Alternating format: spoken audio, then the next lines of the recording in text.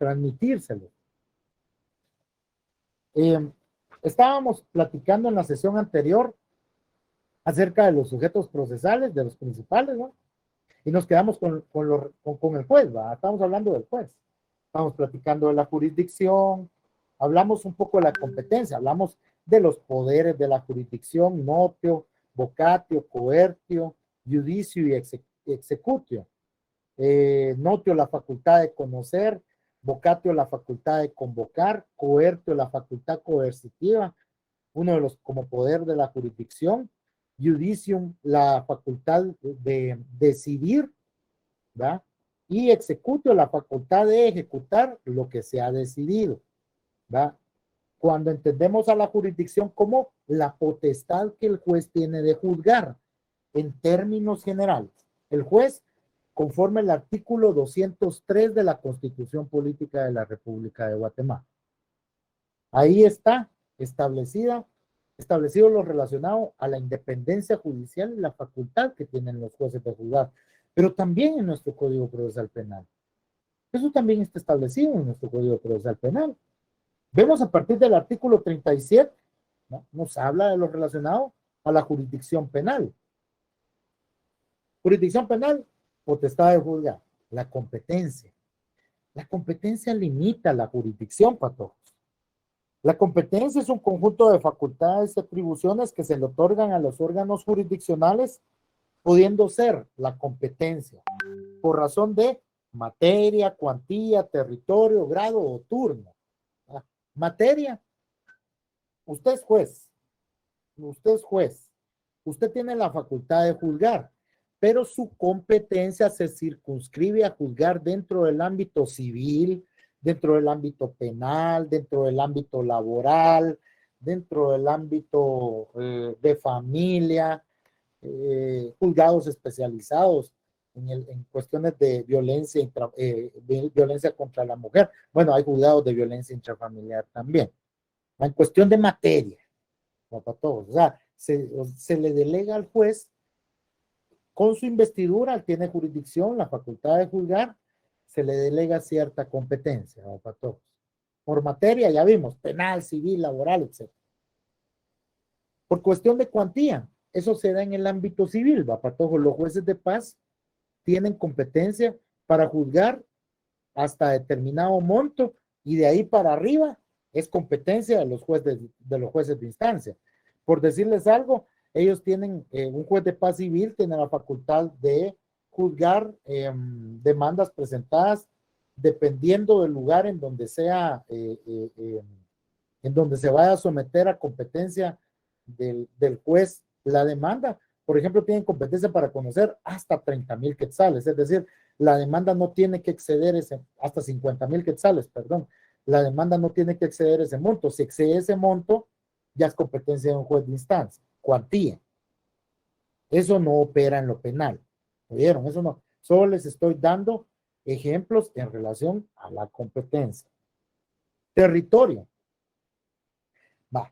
Usted tiene facultad, usted tiene competencia, mejor dicho, para juzgar en el ámbito penal dentro del departamento de Guatemala. Usted tiene competencia para juzgar dentro en el ámbito civil en el departamento de Petén, por ejemplo. ¿Ah? Luego, por grado, permítame, Gersner, les dije que 10 minutos, me apuntan las preguntas, por favor, patojos, y 10 minutos antes de que termine la clase yo les voy a dar espacio para que ustedes me puedan cuestionar, porque si no, no avanzo. Necesito terminar la temática con ustedes hoy. Entonces, yo les voy a responder. Oye, Gersner, por favor, me guarda la preguntita para ahorita de último, por favor.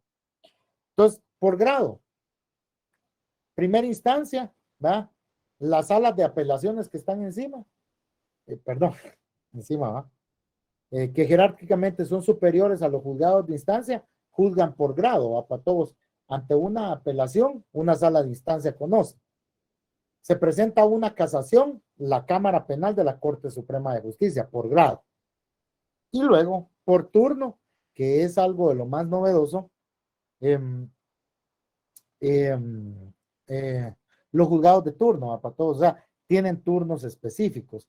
Y los jueces, por ejemplo, los de los juzgados del modelo de atención integral para mujeres víctimas de violencia contra la mujer, MAIMI,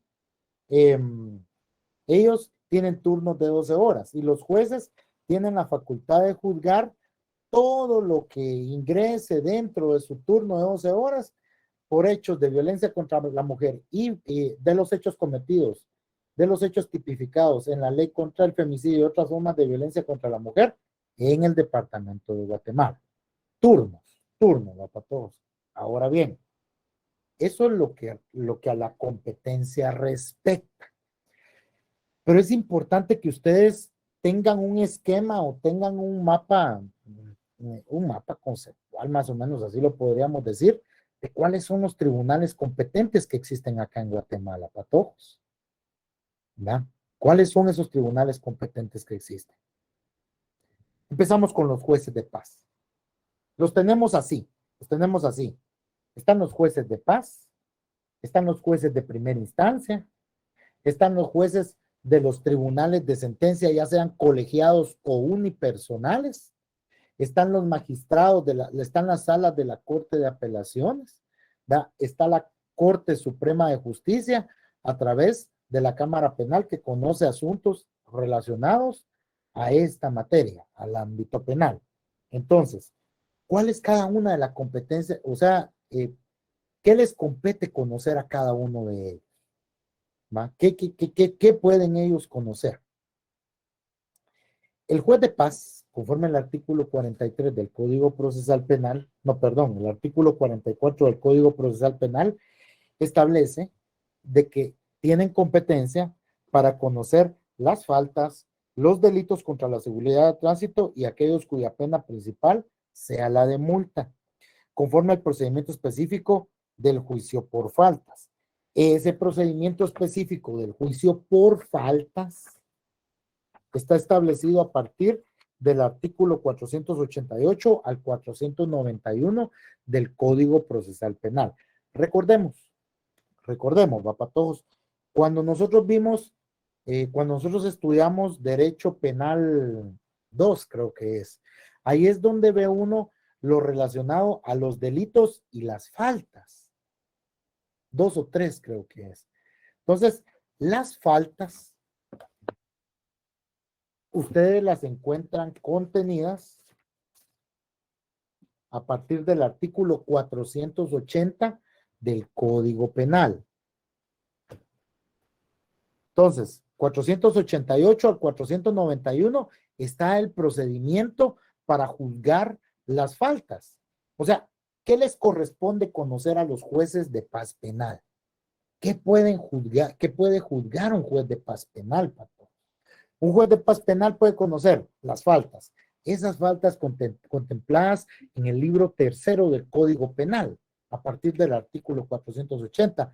¿Cómo las conoce? A través del procedimiento específico de faltas establecido a partir del artículo 488 o 491 del Código Procesal Penal. ¿Pero será solo eso lo que pueden conocer los jueces de paz? No. Ellos también están facultados para conocer los delitos contra la seguridad de tránsito. ¿Cuáles son esos delitos contra la seguridad de tránsito, para todos? Aquellos que nosotros encontramos en nuestro Código Penal a partir del artículo 157, si no estoy mal. Ahorita les corroboro yo el dato, perdonen. 150 efectivamente, a partir del artículo 157 del Código Penal, ¿va? Delitos contra la seguridad de tránsito, a partir del artículo 157 al 158 bis, es competencia de un juez de paz penal. Estos delitos los tiene que conocer un juez de paz penal. ¿Qué otros? ¿Qué otras cosas puede conocer el juez de paz? Aquellos delitos cuya pena principal sea la de multa. ¿Cuáles podemos poner como ejemplo, patojos? El encubrimiento propio, por ejemplo, establecido en el artículo 474 del Código Penal, que tiene una pena de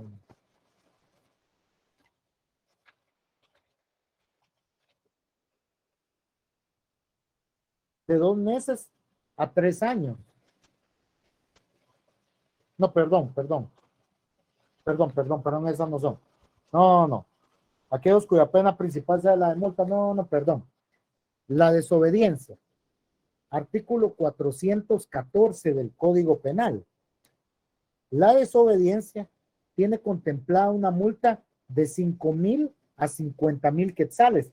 Entonces, este delito contenido en el artículo 414 del Código Penal es competencia de un juez de paz. Un juez de paz lo tiene que conocer. ¿Por qué? Porque su pena principal es la de multa. Una multa, la pena principal. Entonces, estamos delitos contra la seguridad de tránsito. Aquellos cuya pena principal sea la de multa y las faltas. ¿Cómo se juzgan las faltas y aquellos dos delitos que les mencioné? A través del procedimiento de faltas establecido en el artículo 488 al 491 del Código Procesal Penal. Pero ¿será que los jueces de paz penal, pueden conocer únicamente eso? No. También tienen otra facultad. Ellos, conforme la literal B del artículo 44 del Código Procesal Penal, están facultados para tener a su cargo el control jurisdiccional de la investigación que efectúa el Ministerio Público en relación a aquellos delitos cuya pena no exceda los 5 años de prisión. Entonces, ¿cómo qué delitos son esos? Y es el juzgamiento que los jueces de paz efectúan sobre este tipo de delitos, que son denominados delitos menos graves, se desarrolla a través del procedimiento común, del procedimiento específico para el juzgamiento de las faltas, o cómo es los delitos. ¿Cómo qué delitos serían? Aquí sí. El artículo 474 del Código Penal establece lo relacionado al encubrimiento propio. Y el encubrimiento propio tiene establecida una sanción una pena de prisión de 2 meses a 3 años de edad. De edad no, a 3 años de prisión. Perdón, ya voy por otro lado, para todos, perdón. Ya está en civil. Sí, ya siento yo como que estoy en civil, Mario Alfonso, pero no. De 2 meses a 3 años de prisión. Ese es un delito menos grave. Luego, ¿qué otro delito podrían cometer? Yo estoy viendo el 224 del Código Penal, que habla sobre la turbación de actos de culto. Ajá. Y ahí le ponen una prisión de 1 mes a 1 año. Ese también. Delito menos grave, porque no excede los 5 años de prisión. ¿Qué otro? Negación de asistencia económica. 242 del Código Penal, pena de 6 meses a 2 años, etcétera, etcétera. Por eso es muy importante no que ustedes se sepan de memoria las penas. No. Es importante que ustedes tengan idea del rango de las penas de determinados delitos para que ustedes puedan establecer si eso es competencia de un juez de primera instancia o un juez de paz penal.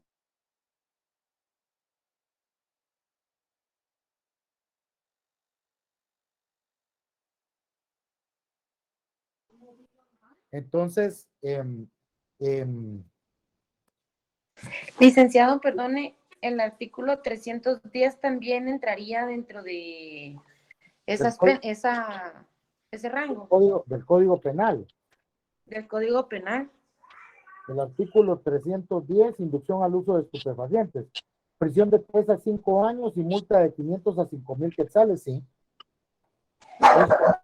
Esto entra bien dentro del ámbito, dentro de la competencia de un juez de paz penal. Bueno, además de eso, los jueces de paz, el juez de paz penal, tienen competencia para conocer a prevención y autorizar ciertos actos, practicar diligencias urgentes, autorizar actos de investigación como los establecidos en el 308, es decir, apoyar las actividades que el Ministerio Público realiza. Pueden aplicar criterio de oportunidad y están facultados para practicar ciertas diligencias que les son comisionadas por los jueces de primera instancia. Entonces, pueden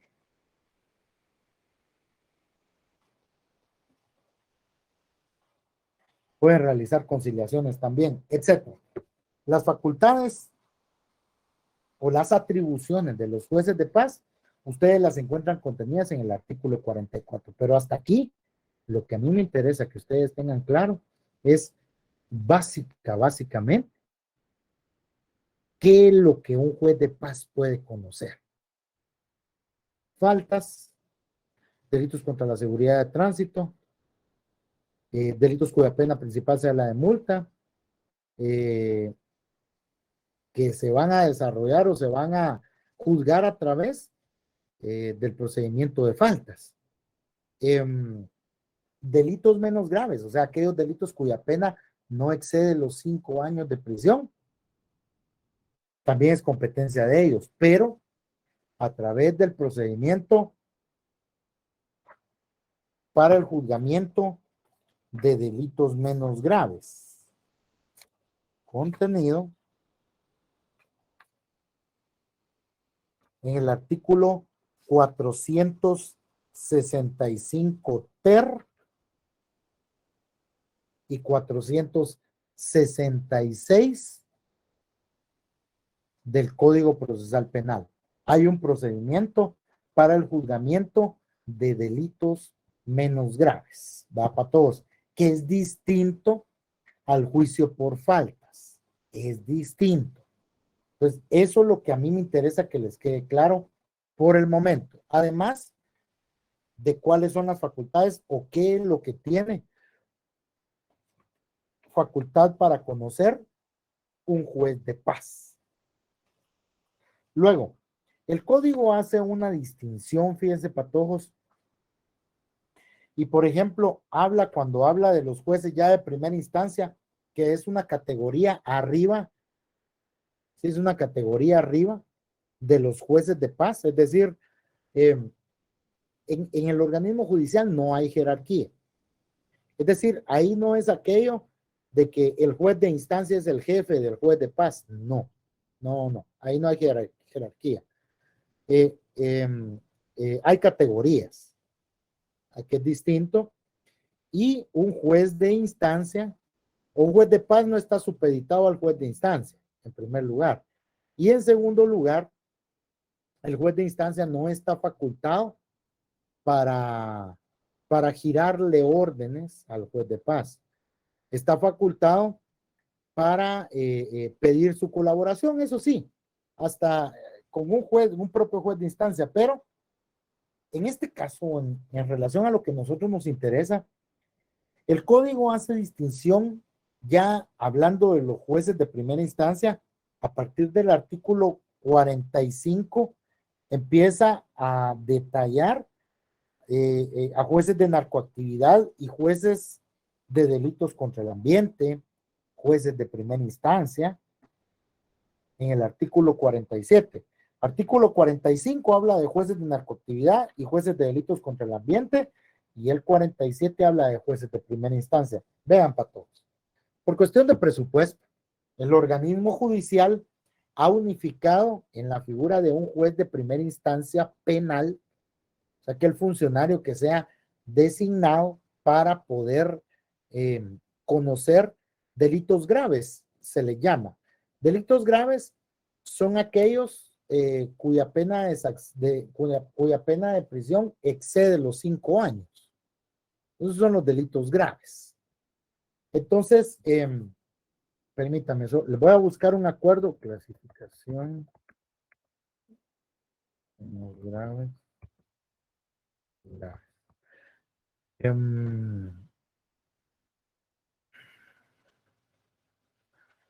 Contenía. Bueno, entonces, mire, pues, para su conocimiento, Patojo, les voy a mandar yo ahorita a través de WhatsApp, ahorita se los voy a enviar yo, la clasificación de delitos y competencia de conformidad a la reforma contenida en el decreto 7-2011, que fue el que nos vino a mover, a alborotar todo el sistema procesal penal en Guatemala. Esa clasificación está contenida en el acuerdo 29-2011 de la Corte Suprema de Justicia. Y aquí encontramos la clasificación, nos explica qué son delitos menos graves, qué son delitos graves y qué son delitos de mayor riesgo. Los delitos graves son aquellos cuya pena es mayor de 5 años de prisión y que no sean de mayor riesgo, según lo establece el artículo 3 de una ley, la Ley de Competencia de Procesos de Mayor Riesgo. Ahorita lo estoy yo descargando y se los voy a pasar en este momento, se los voy a poner yo en el chat en WhatsApp. Pero, ¿a dónde voy yo? ¿A dónde voy yo? Vamos a procesar.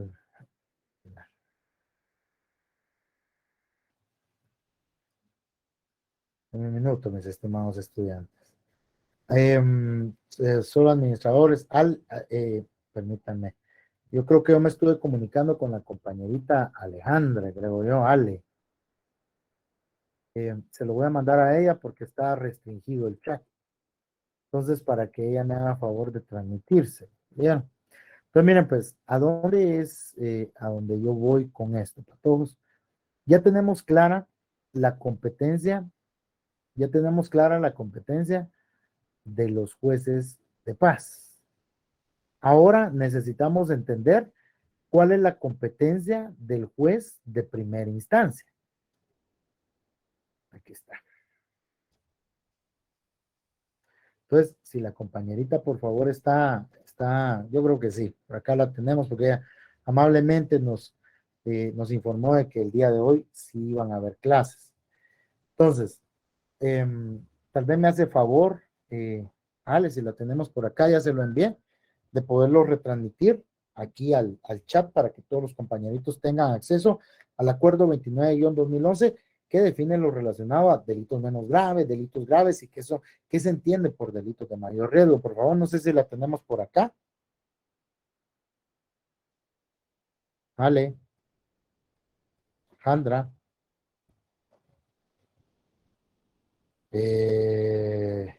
Creo que no está licenciado, pero le podemos escribir para que nos lo trasladen. No se preocupe. Ella ya lo tiene en su chat. Entonces, bueno, lástima. Ella les avisó a todos, pero no la tenemos acá presente. Bueno. Entonces, jueces de primera instancia conocen de delitos graves. ¿Y a qué se les denomina delitos graves? Aquellos cuya pena de prisión excede los 5 años. O sea, cuando ustedes encuentran un delito, por ejemplo, como el contemplado en el artículo 123 del Código Penal, que se refiere, yo estoy en el chat, Ligia, lo que pasa es que ella ella es la administradora, y ella tiene restringido para que podamos enviar mensajes, entonces por eso no se los puedo enviar directamente, pero yo ahí en el chat estoy con ustedes. Entonces, en cuanto al homicidio, al homicida dice que se le impondrá prisión de 15 a 40 años. Excede los 5 años que establece la ley para que sea considerado como un delito menos grave, sí. La pena mínima es de 15 años. Entonces es un delito grave. ¿A quién le corresponde conocer? A un juez de primera instancia, penal. Ahora, ¿por qué el código habla en un artículo de jueces de narcoactividad, jueces de delitos contra el ambiente y luego habla de jueces de primera instancia? la Corte Suprema de Justicia, por cuestión de presupuesto y para no crear juzgados por separado que implicaría una inversión mayor, ¿verdad? Porque tenemos por un lado jueces de primera instancia que conocen de delitos comunes, o sea, aquellos que no son de narcoactividad, porque narcoactividad están aparte según el 45, o jueces de delitos contra el ambiente, que también en el artículo 45 deben de estar por aparte. Corte Suprema de Justicia creó juzgados de primera instancia penal, narcoactividad y delitos contra el ambiente. Entonces, ¿para qué tienen competencia estos juzgados? Para conocer de delitos comunes, de delitos contra la narcoactividad y de delitos contra el ambiente. Delitos comunes me refiero yo cuando no hay un órgano especializado, como los juzgados de femicidio, que conocen en materia de violencia contra la mujer o femicidio.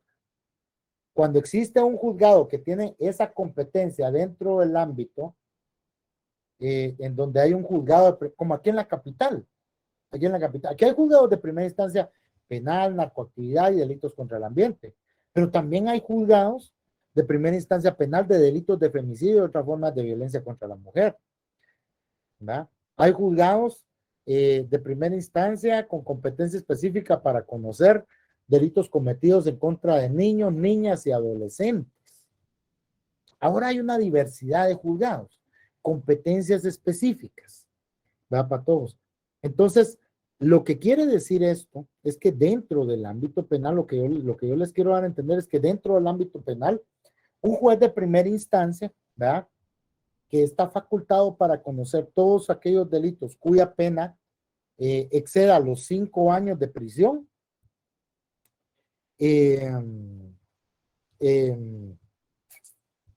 también puede conocer delitos contra la narcoactividad, delitos contra el ambiente.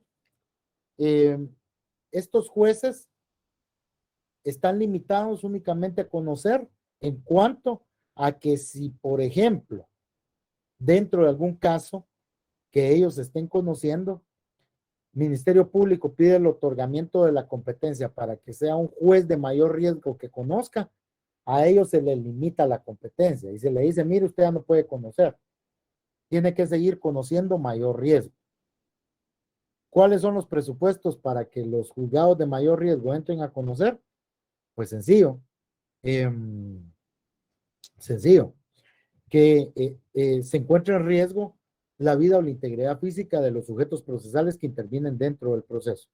Esos son los presupuestos para que un juzgado de mayor riesgo entre a conocer.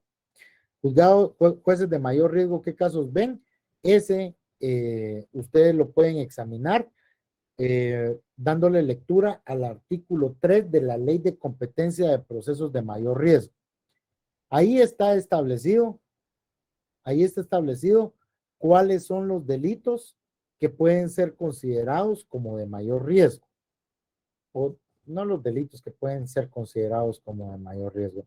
Los delitos a través de los cuales se establece el primer presupuesto para poder someter ante la competencia de un juzgado de mayor riesgo el proceso penal que se esté desarrollando en un juzgado de primera instancia común.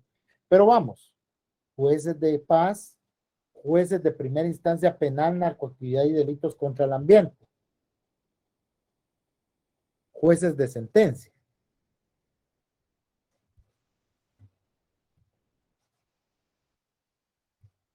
Jueces de sentencia. Ahorita les doy yo. Vamos. A ver.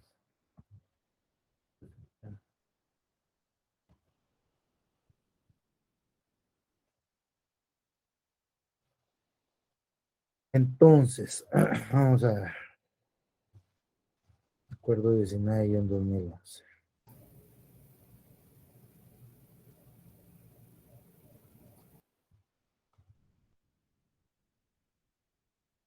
Ahorita les voy a decir.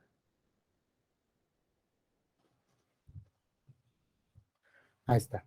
Este es otro acuerdo que creo yo de que acuerdo 19-2011 CSJ. Este es un acuerdo que yo creo también es necesario que ustedes lo tengan, el acuerdo 19-2011 de la Corte Suprema de Justicia. Pero primero les voy a enseñar o vamos a hablar de lo relativo a los jueces de instancia. Jueces de instancia tienen el control jurisdiccional de la investigación que debe realizar el Ministerio Público en procesos por la comisión de delitos graves. Ellos tienen a cargo 2 etapas del proceso penal, los jueces de primera instancia, la etapa preparatoria y la etapa intermedia. La tercera etapa del proceso penal, que es la denominada de debate, la etapa de debate oral y público. Vamos a ver cómo la denomina el código, porque no me quiero. Procedimiento intermedio. Les voy a dar un dato más concreto. La etapa de debate o de juicio oral y público. Esa es la tercera etapa del proceso penal. Pero esa ya no le corresponde ser conocida por un juez de primera instancia. Esa la tiene que conocer un tribunal de sentencia. Dependiendo. Los tribunales de sentencia se integran por 3 jueces de primera instancia. Así se les denomina. No de primera instancia, jueces de instancia. Así se les denomina. Por 3 jueces de instancia. Entonces, ellos conocen como tribunales colegiados o pueden conocer de manera separada, como jueces unipersonales. ¿De qué depende eso? ¿O por qué va a conocer un tribunal colegiado o jueces separados? La respuesta la tenemos en el acuerdo 19-2011 de la Corte Suprema de Justicia. Para que ustedes lleven se los voy a compartir acá. Entonces, el acuerdo 19-2011 de la Corte Suprema de Justicia establece en su artículo primero: los tribunales de sentencia de la Ciudad de Guatemala funcionarán como unipersonales en los procesos por delitos cuyas penas sean de hasta 15 años de prisión, debiendo conocer de los mismos a partir del 1 de julio de 2011, conforme a la asignación que genere la gestión de despachos. En tales casos, las audiencias de debate se celebrarán día viernes de cada semana. Reglas para el conocimiento de la etapa de debate, ya en los tribunales de sentencia. Pero, ¿cómo es que eso funciona, patojos? ¿Cómo podría funcionar? ¿Cuándo va a conocer un tribunal colegiado y cuándo un juez unipersonal de ese tribunal colegiado? Por ejemplo, cuando una persona está siendo procesada por el delito de violación, el delito de violación establece una pena de 8 a 12 años de prisión. Entonces, el tribunal, cuando la pena sea hasta de 15 años de prisión, tal y como lo establece el artículo 1 del acuerdo que ustedes tienen en pantalla, le corresponde conocer de ese delito a un juez unipersonal de ese tribunal de sentencia. Es decir, ya no se va a integrar, ya no van a conocer los 3 jueces, sino que solo uno. Un juez es el que va a conocer de ese caso de violación. ¿Por qué? Porque la pena máxima es de 12 años. Y el presupuesto es que para que un juez de ese tribunal de sentencia conozca él solito de ese caso, la pena contemplada para el delito debe ser de hasta 15 años de prisión.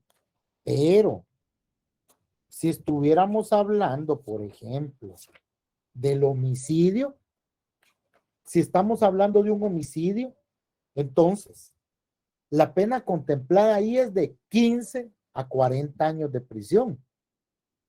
¿A quién le corresponde conocer? Ya no es a ese juez unipersonal, ¿verdad? Que integra ese tribunal colegiado de sentencia, ya no.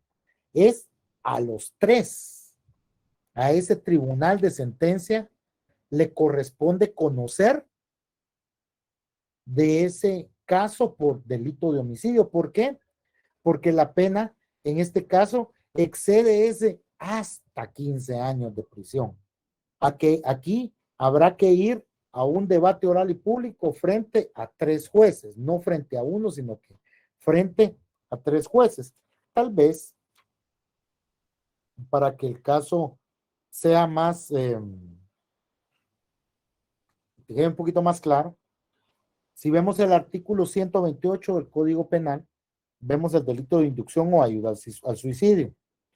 En su primer párrafo, contempla una pena de 5 a 15 años de prisión para aquella persona que indujere a otro al suicidio o le prestare ayuda para cometerlo. Si ocurriera la muerte, se le impondrá prisión de 5 a 15 años de prisión. Está en el límite. Entonces, a ella no le corresponde conocer a los 3 jueces, sino que a uno solo, a un juez unipersonal de ese tribunal colegiado. ¿Por qué? Porque la pena contemplada para el delito llega hasta 15 años de prisión. Ahí sí todavía puede conocer él. Si acá dijera de 5 a 16 años, ahí ya no. Allá le corresponde al tribunal colegiado. ¿Por qué es importante que ustedes sepan esto, patojos? Ahorita es donde vemos, vamos a tratar de ver cuál es la importancia de que ustedes conozcan esto.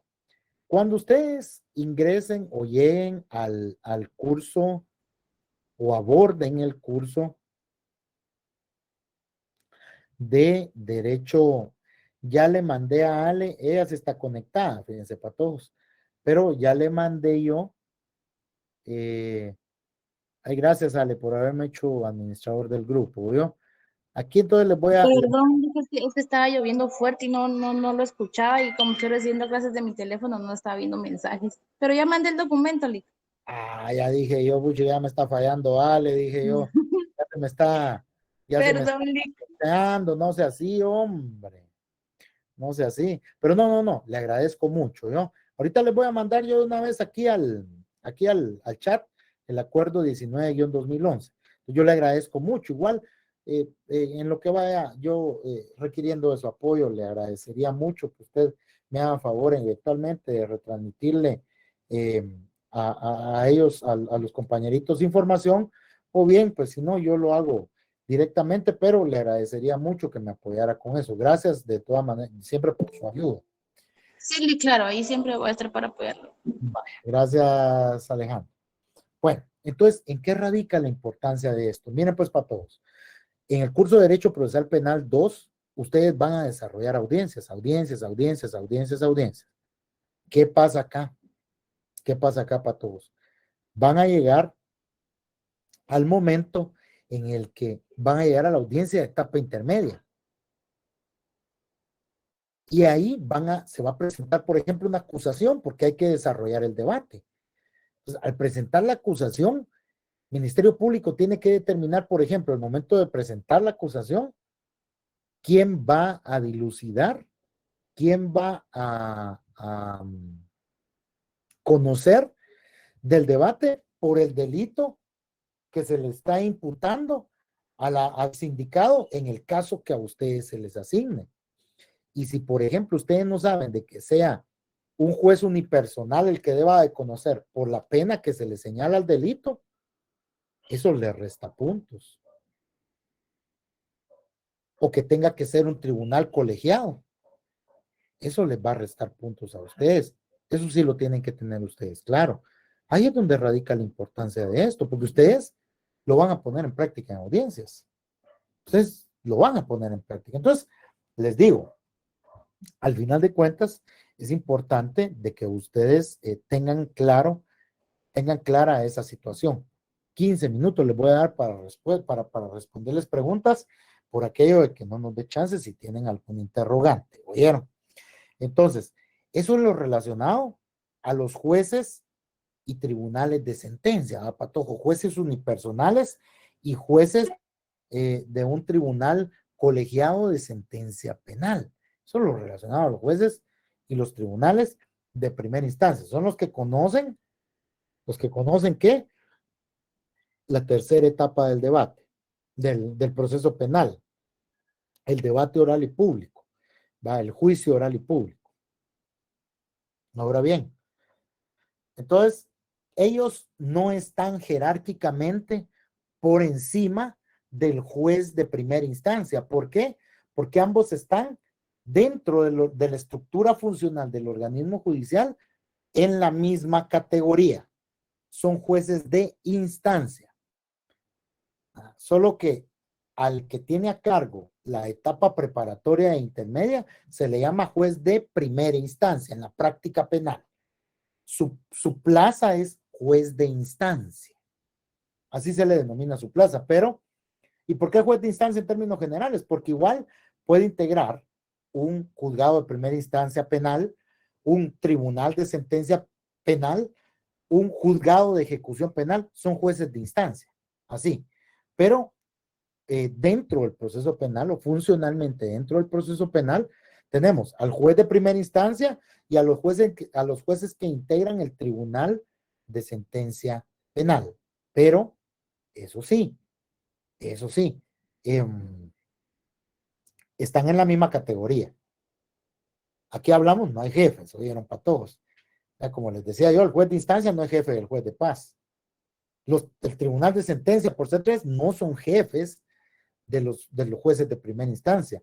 El juez presidente de un tribunal de sentencia no es jefe de sus compañeros vocales del tribunal de sentencia. Entonces, eso lo tienen que tener claro. Ahora bien, aquí hay una cuestión. Vamos, ahora sí, una escala arriba. Las salas de la Corte de Apelaciones. Artículo 49 del Código Procesal Penal. ¿Cuál es la función de las salas de la Corte de Apelaciones, patojos? Conocerán de los recursos de apelación de los autos definitivos y de las sentencias del procedimiento abreviado que este código señala. Asimismo, conocerán de los recursos de apelación especial contra los fallos definitivos emitidos por los tribunales de sentencia.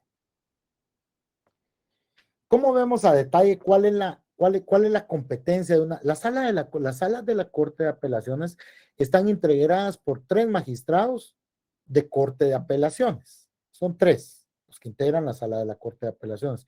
¿Y qué les corresponde a ellos? Conocer de las impugnaciones o del recurso de apelación que se presente por cualquiera de los sujetos procesales en contra de cualquiera de las resoluciones contenidas en el artículo 404 del Código Procesal Penal. Cuando se declare un conflicto de competencia, eso es apelable. Cuando se resuelva un conflicto de competencia, eso es apelable. ¿A quién le corresponde conocer? A la sala de la Corte de Apelaciones.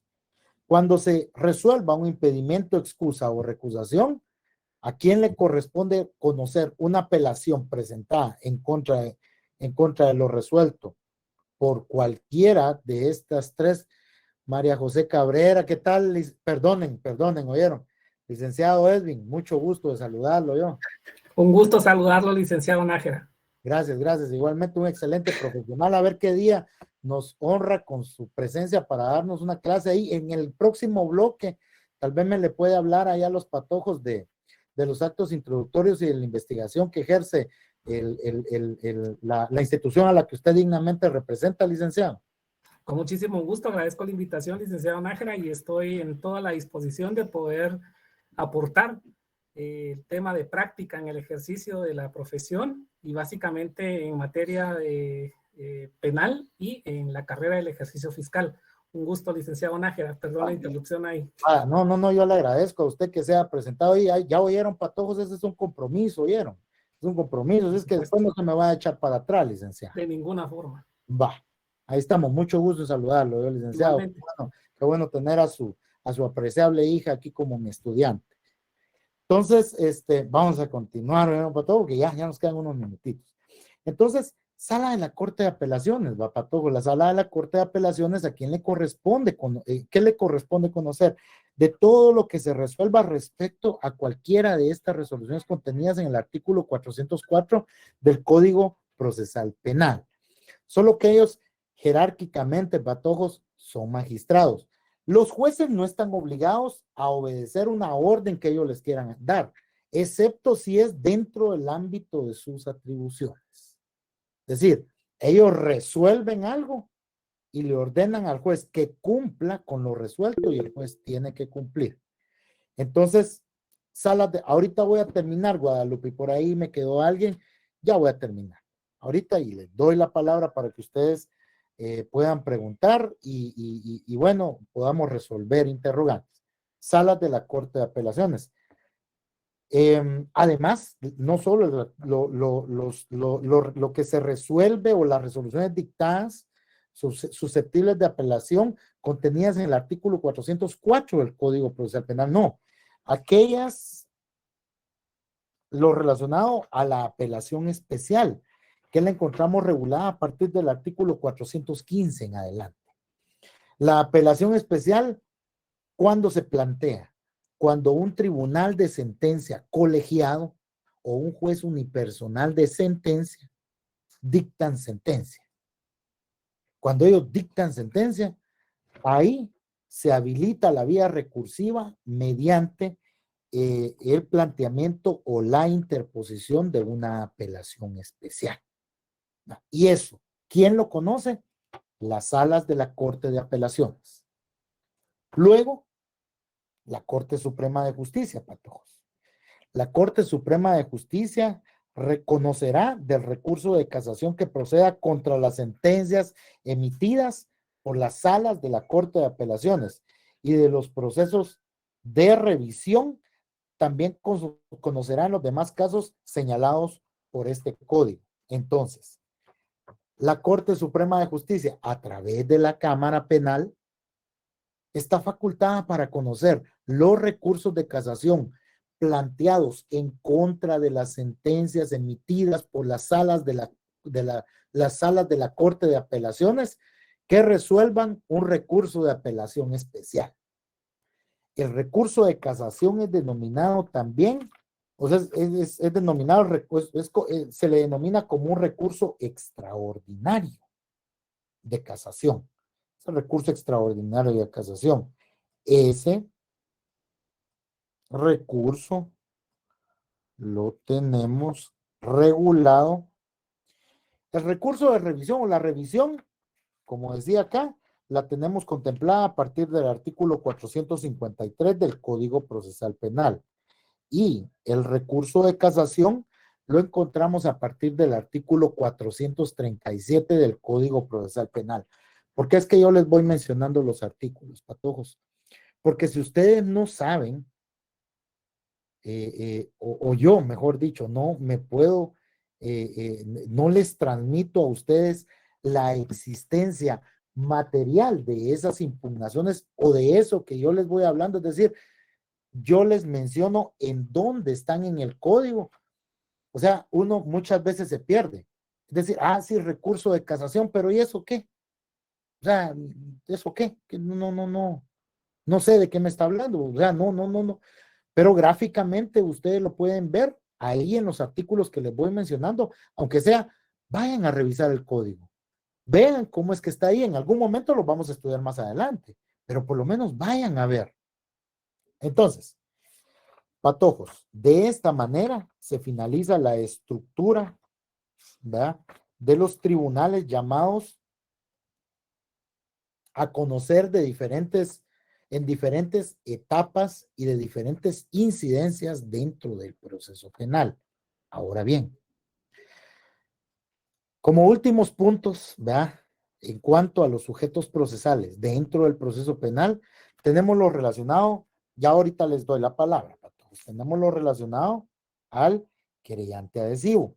El querellante adhesivo, la función del querellante adhesivo es coadyuvar en la investigación que el Ministerio Público realiza. Es decir, ellos le pueden colaborar en esa investigación que el Ministerio Público realiza.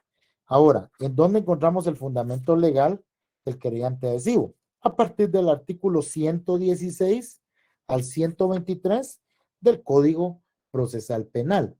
El programa también nos habla de un querellante exclusivo. ¿Quién es el querellante exclusivo para todos? Es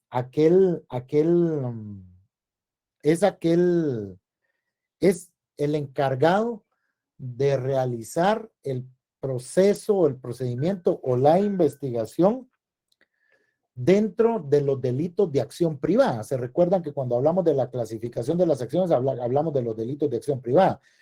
A la persona que se encarga de acusar, ahí es a quien se le denomina querellante exclusivo.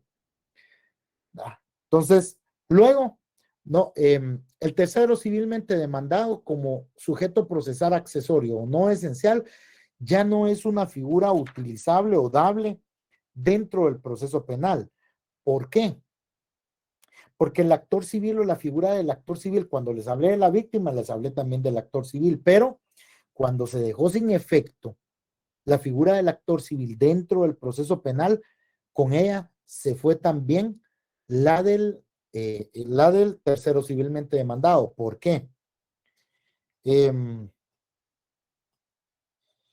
Por ejemplo, el artículo 139 del Código Procesal Penal, o sea, esa figura está vigente, pero ya no es aplicable por las mismas disposiciones que establece el Código Procesal Penal.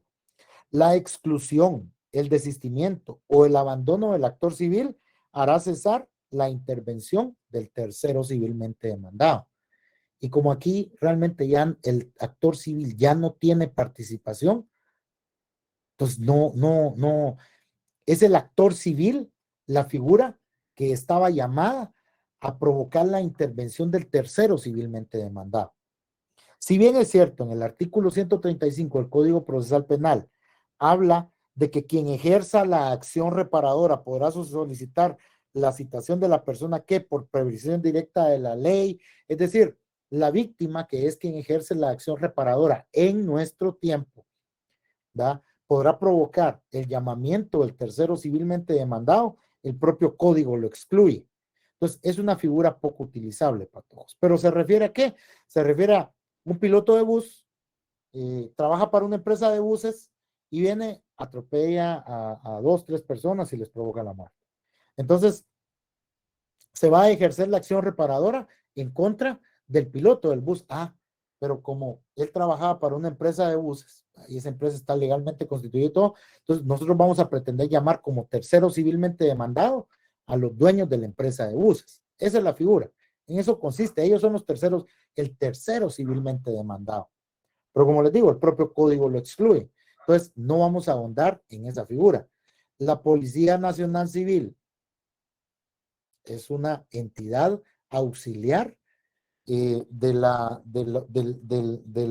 Ministerio Público, básicamente.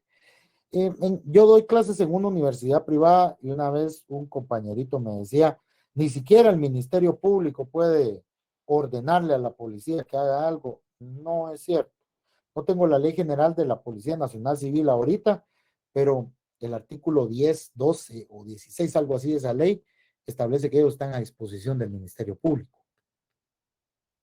Obviamente dentro de cierto ámbito de funciones, pero ellos están a disposición del Ministerio Público y efectivamente el Ministerio Público les ordena que realicen investigaciones, que realicen seguimientos.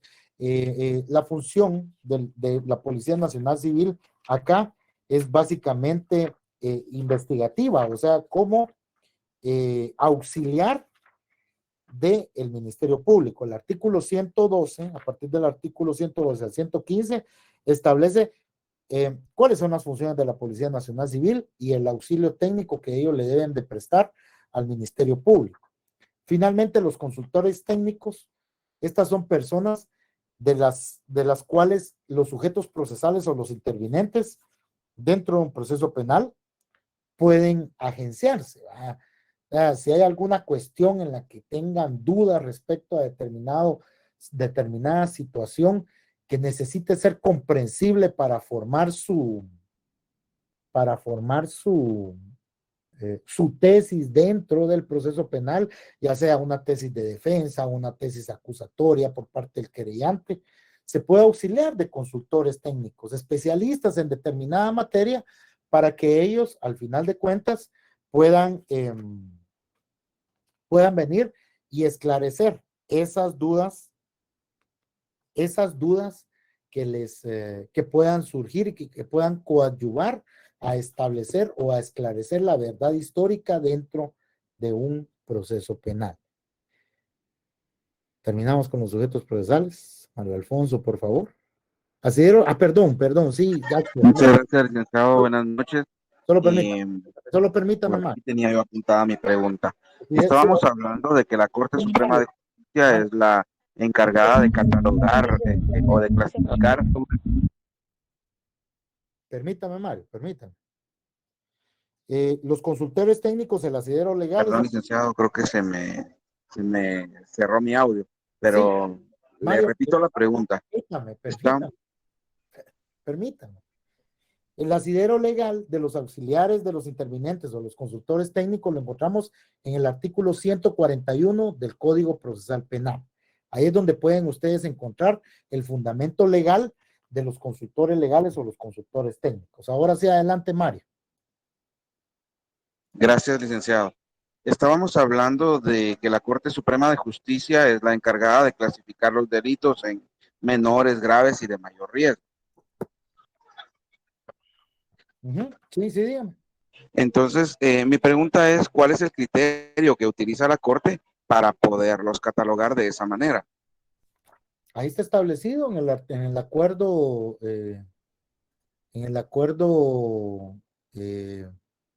29-2011. Ahí está establecido el criterio, Mario. El criterio que ellos utilizan es... Muy bien, entonces lo voy a leer porque no lo he leído. Gracias. El criterio que ellos utilizan es el relacionado a los límites de las penas. Es decir, cuando hay determinado límite en una pena, cuando hay determinado límite en una pena, ellos dicen, esto ya no es delito menos grave, sino que es delito grave. Ese es el criterio que ellos utilizan, o sea, las penas, conforme el Código Penal señala las penas. Para catalogar un delito menos grave, ellos dicen, es delito menos grave cuando la pena no excede 5 años de prisión. Es delito grave cuando la pena excede los 5 años de prisión y no es un delito de mayor riesgo. ¿Y cuándo sabemos cuándo es un delito de mayor riesgo? Nos vamos a darle lectura al artículo 3 del acuerdo, de la ley, ahorita le voy a decir, de la ley de competencia de procesos de mayor riesgo, el decreto número 21-2009 del Congreso de la República. Ese es el criterio que ellos utilizan. O sea, es cuestión de la pena, ¿verdad? Ellos así es como lo catalogan. Eso fue lo que utilizaron. Es obvio, por lógica, digamos, lo podemos entender así, lo podríamos entender así. Que si un delito no tiene contemplada una pena con una cantidad excesiva de años de prisión, obviamente no puede ser un delito grave o de mayor riesgo, ¿verdad? Si es un delito, por ejemplo, las faltas, yo siempre lo he dicho así, de una forma, es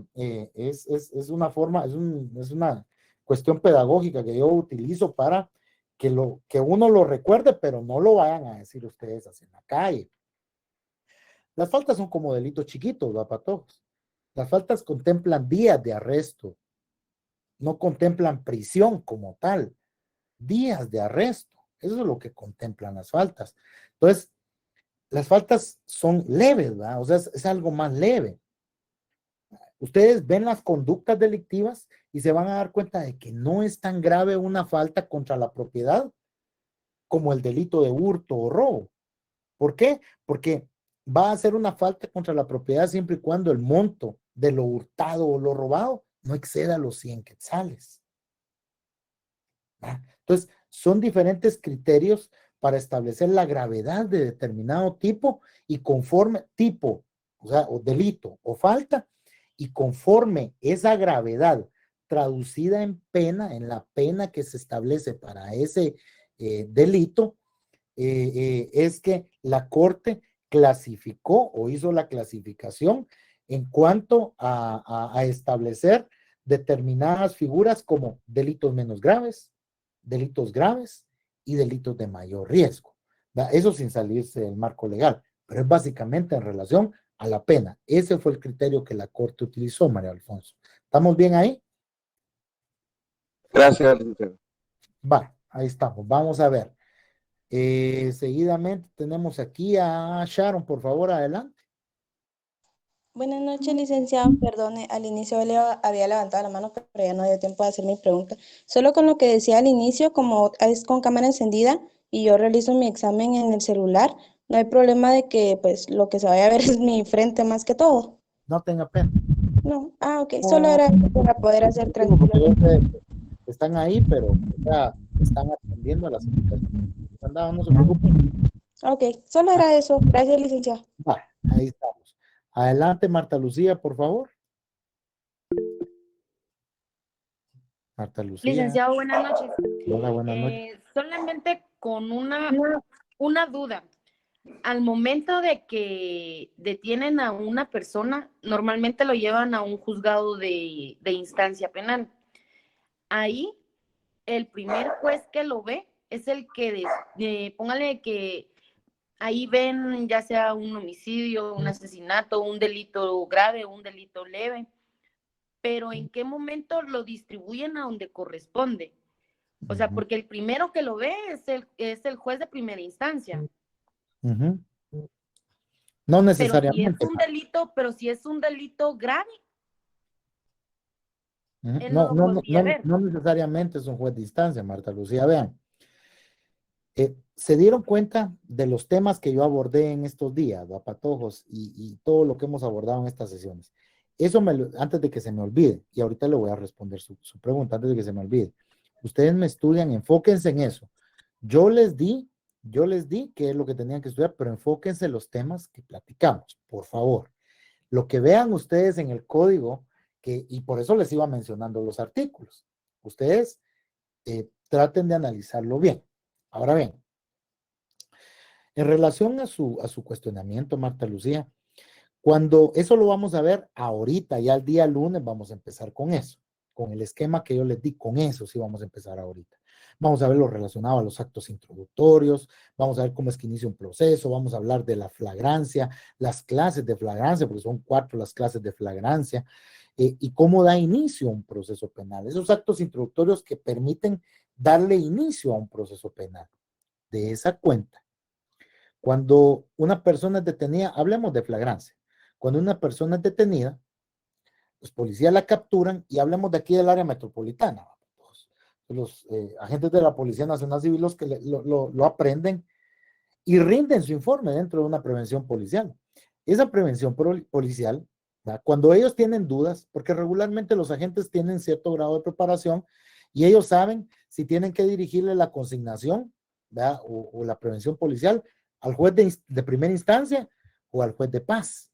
Ellos regularmente saben eso. Si tienen dudas, ellos le consultan al fiscal, porque en los juzgados de turno siempre hay un fiscal ahí de turno. Entonces van a consultar y le dicen, mire, fíjese que lo agarramos, y como ahí está la sede, la oficina de consignaciones de la PNC también, todo está cerca, si tienen alguna duda.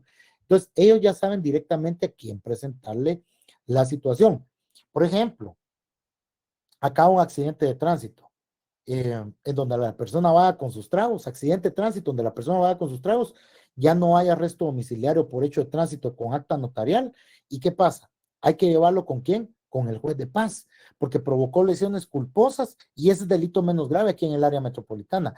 Pero los delitos menos graves no han entrado en vigencia aún en la totalidad del país. Todavía no.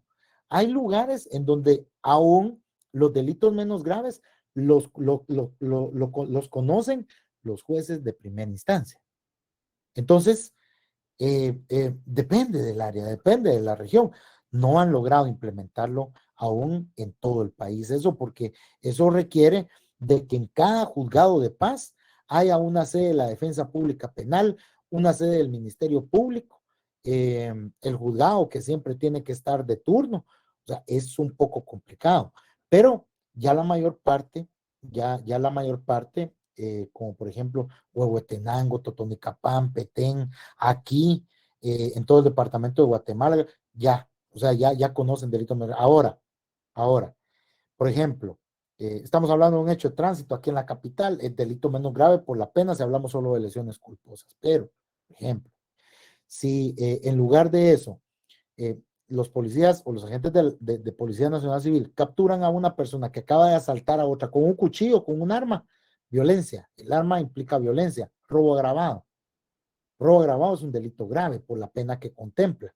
Entonces, eso, la consignación, la van a poner o la van a dirigir al juez de instancia y van a poner a disposición del juez de instancia a la persona. Esos son conocimientos básicos que los agentes de la Policía Nacional Civil sí o sí deben de tener. Y la mayoría los tiene, o sea, no se pierden mucho. Cuando tienen dudas, ellos consultan, hasta tienen su departamento jurídico y todo eso. Entonces, o sea, ellos regularmente con eso no se pierden. Hay eventualmente ciertos malos procedimientos que provocan inclusive responsabilidad, ya sea administrativa o de cualquier otra índole, con respecto a los agentes de PNC, pero regularmente ellos se agencian de información antes de, digamos, irse de boca, si es que en algún punto no saben qué hacer. Como por ejemplo, una vez que yo trabajaba allá en el juzgado de turno de Villanueva y recibimos una consignación de un soldado por deserción, fíjense, patojos, no orden de aprehensión que tenía el vigente de no sé cuántos años y tenía que ser puesto a disposición de un tribunal militar. Entonces nos lo llevaron a nosotros y nosotros tampoco sabíamos qué hacer.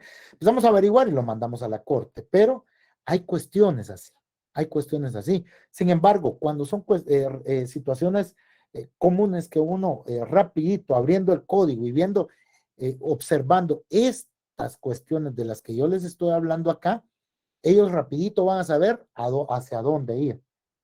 Antes de ellos redactar la prevención policial, ya saben a disposición de quién tienen que poner a la persona.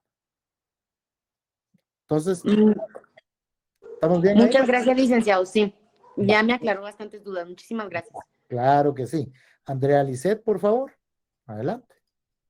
Lick, es que fíjese que yo me confundí un poquito ahí cuando estábamos hablando sobre los juzgados de mayor riesgo y cuando usted hizo mención de que el tribunal de sentencia conocía lo de la etapa de debate de juicio oral o público. Entonces, pero no sé si es porque yo no he leído todo eso o qué, pero me hice bolas porque, o sea, ¿conoce este tribunal todas las etapas de debate de juicio oral o solo específicamente cuando son delitos de mayor riesgo? Bueno, Andrea, mire pues. Cuando hablamos, yo les, solo para que a todos les quede así claro, en un contexto un poco liso y llano para todos, yo les hice referencia a mayor riesgo, no nos vamos a meter mucho ahí, por favor, para todos. Así es que por ahí no se me hagan bolas. Veamos el procedimiento común desde el punto de vista de un juzgado penal común o ordinario. Entonces, los procesos que conocen los juzgados de mayor riesgo, ellos entran a conocer esos procesos porque hay circunstancias que imposibilitan el conocimiento de ese proceso penal en un juzgado penal común, porque no hay medidas de seguridad suficientes para los sujetos procesales que intervienen dentro de ese proceso y es necesario que se vaya a un juzgado de mayor riesgo en donde hay medidas de seguridad especiales para proteger la integridad de los sujetos que intervienen dentro de ese proceso penal. Ahora bien, tribunales de sentencia. Los tribunales de sentencia, ellos conocen la etapa de juicio o de debate oral y público. Punto. No importa si es un tribunal de sentencia común u ordinario o un tribunal de sentencia de mayor riesgo. Ellos conocen esa etapa del proceso penal. Entonces, aquí, ¿qué es lo que tenemos que tener claro, Andrea? De que al dividirse el proceso penal en etapas, ¿verdad? Porque el proceso penal está dividido en diferentes etapas: etapa preparatoria, etapa intermedia, etapa de juicio o de debate oral y público. Al dividirse el proceso penal en diversas etapas, cada etapa corresponde a instancias distintas o a jueces distintos. La etapa preparatoria e intermedia la conoce un juez de primera instancia penal. La etapa de debate o de juicio oral y público la conoce un tribunal de sentencia penal. Tribunal, ya sea colegiado, es decir, los 3 jueces integran el tribunal de sentencia, o bien solo uno de ellos va a conocer ese caso que llega a sus manos. ¿Bajo qué premisas el tribunal colegiado va a conocer? O sea, los 3 jueces va a conocer cuando la pena del delito exceda los 15 años de prisión. Cuando la pena del delito no exceda los 15 años de prisión, va a ser un solo juez, un juez unipersonal de sentencia, así se le denomina. Ya les expliqué yo cuál era la importancia que ustedes supieran distinguir, o que sepamos distinguir acá cuándo va a ser un tribunal colegiado y cuándo va a ser un juez unipersonal quien va a conocer. Sin embargo, acá dejemos fuera mayor riesgo. Mayor riesgo solo se los mencioné yo porque ahí está contemplado en el acuerdo 29-2011. Pero esos procesos de mayor riesgo, como les digo, son circunstancias especiales que hacen que sean conocidos en aquellos órganos jurisdiccionales. Sin embargo, lo que aquí yo necesito que quede claro, ¿verdad? Es que acorde a la etapa, ¿verdad?, va a conocer determinado juez o tribunal. Al tribunal, ¿qué le corresponde? La etapa de debate. Y le corresponde conocer de manera integrada, o sea, los 3 jueces, o un solo juez, el caso que les llegue, dependiendo de la pena que el delito tenga señalada, ¿verdad?, del caso que a ellos les está llegando a sus manos. Eso es lo que me interesa a mí que quede claro. No sé si aclaré su inquietud. Si no, yo busco la manera, Andrea, si no, yo busco la manera de clarificarle esto. No, Lick, ya entendí, es que yo me estaba haciendo bolas ahorita, pero gracias. No se haga bolas que estamos a 2 días del examen. Entonces, Brandon, por favor, adelante. Buenas noches, licenciado. ¿Sí me escucha? Sí, le escucho, Brandon, claro. Y dice Lick que yo tenía la misma duda que mi compañera Andrea, pero ahora que usted ha explicado eso ya me quedó más claro. Pero entonces me surge la duda de si los jueces o tribunales de sentencia son los mismos que los jueces de ejecución o vienen siendo diferentes. No. Esa es otra etapa. Esa es la última etapa del proceso penal, la de ejecución. ¿Y está a cargo de quiénes? Conforme el artículo 51, y miren, lástima que sus demás compañeros se fueron, de jueces de ejecución, patojos. Sí, se me olvidó mencionárselos. Se me fue la baranda a mencionárselos, patojos. Jueces de ejecución, ellos tienen a cargo la última etapa del proceso penal, artículo 51 del Código Procesal Penal. No está a cargo de los jueces de sentencia penal. No está de los jueces de un tribunal de sentencia penal, ya sea unipersonal o colegiado. No, esa es una etapa distinta y está a cargo de jueces distintos. Muy bien, Brandon, muy bien. Licenciado, eso quiere decir que el proceso penal está a cargo de 3 juzgados, digámoslo así, digamos, primera instancia, tribunales de sentencia y por último de jueces de ejecución, Lick. Y deja por un lado todavía usted las salas de la Corte de Apelaciones en caso que se dicte sentencia condenatoria y se apele y se llegue a casación.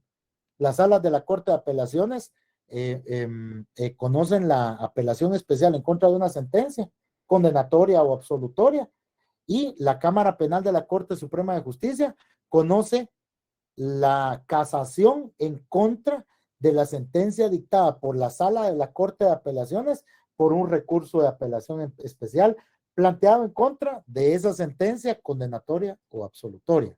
Es una cadenita. Pero eso es parte de la etapa de impugnaciones, Brandon.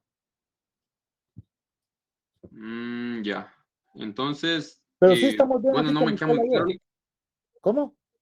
O sea, es que lo que yo no entiendo es si primero llega el proceso penal a manos de los jueces de ejecución y luego pasa a la sala de la Corte de Apelaciones. No. Con los jueces de ejecución llega hasta el momento en el que la sentencia ya está firme. Cuando la sentencia ya está después de firme, las apelaciones y las impugnaciones. la sentencia puede quedar firme si ya se agotó la vía recursiva, si es que ya se planteó la apelación especial y la casación, o si es que no se planteó nada, porque puede no plantearse nada. Y la sentencia quedar firme. Es decir, nadie apela. O vaya, alguien sí apela, pero no plantea casación. Al transcurrir el tiempo, el término que la ley establece para el planteamiento del recurso de casación, queda firme. Al quedar firme, ya ese caso pasa a conocimiento de un juez de ejecución penal.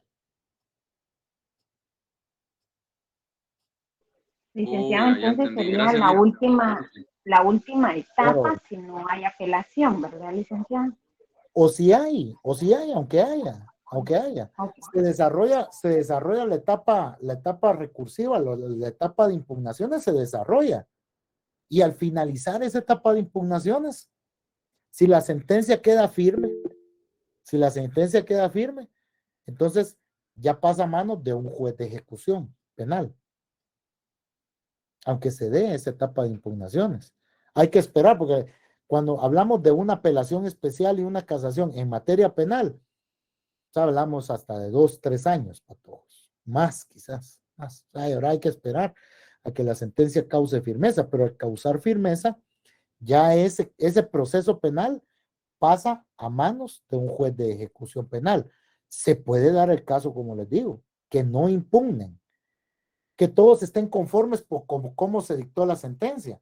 Entonces, al no impugnar, ya no se abre la etapa de impugnaciones, sino que se va directamente de la etapa de debate a la etapa de ejecución. Todo depende de si se impugna o no, pero es por el tiempo, ¿va? Al final de cuentas, el caso va a ir a parar a un juez de ejecución, con un juez de ejecución. Gracias, Lick. Vaya, está bien. ¿Quién más tenía la mano levantada por ahí? Ahí andaba Ligia, ahí andaba Giancarlo.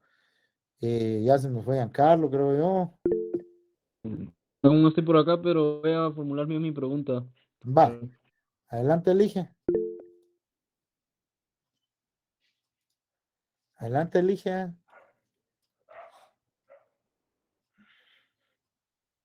No sé, chiviada, Ligia.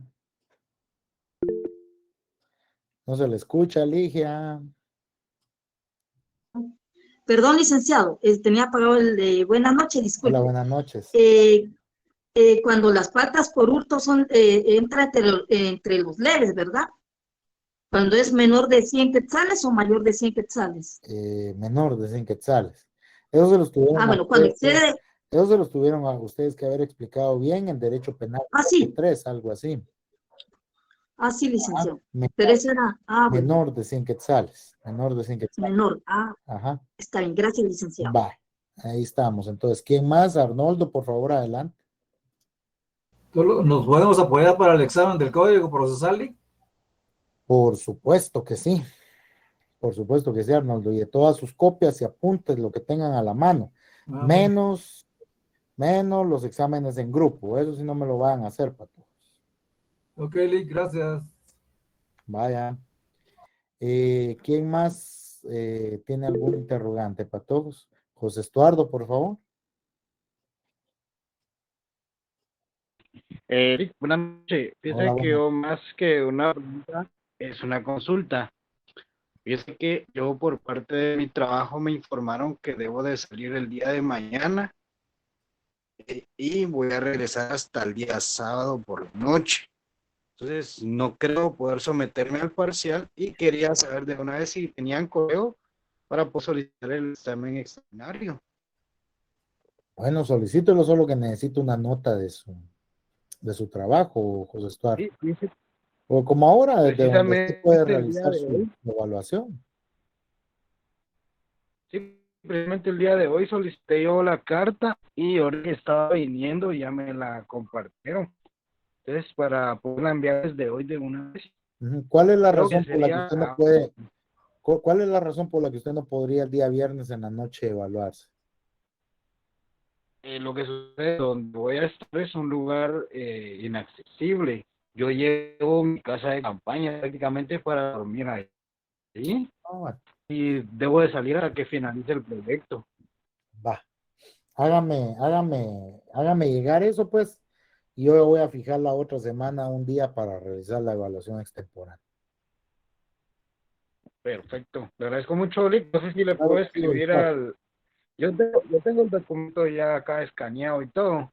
Mándeme el Estoy correo. listo para mandarlo a coordinación. Mándeme el correo. O mándelo a coordinación, no importa. De todas maneras, ahí me lo van a hacer llegar a mí. Usted dele, mándelo y ya nosotros le vamos a realizar su examen extemporáneo. Entonces, ahí Perfecto. estaríamos. Gracias, Lick. Ahí estaríamos para todos, o hay alguna otra duda. Todo claro, Lick, muchas gracias. Bueno, yo sé que les va a ir bien. Y no les voy a desear suerte para todos, porque la suerte es para los perdedores. Ustedes son unos triunfadores. Yo les voy a desear éxitos en su evaluación. Sé que les va a ir bien. Y nos vemos el día viernes a las 7 de la noche, por favor, para todos. Link, una pregunta. A ver, Benjamín, dígame. ¿Este último tema sí va a entrar también en contenido del examen? Pónganle atención a los temas que yo les di. Ok, sí, entonces entraría, ¿verdad, Link? Pónganle atención a los temas que yo les di, Benjamín. Sí, está en el 7, entonces. Va. Gracias. Vale, ahí estamos entonces. Que tengan una buena noche, mis estimados estudiantes. Me dio mucho gusto haber compartido con ustedes el día de hoy. Y nos vemos el día viernes. Descansen. Muchas gracias. Buenas noches, licenciado. Bendiciones. Feliz noche. Gracias, buenas noches.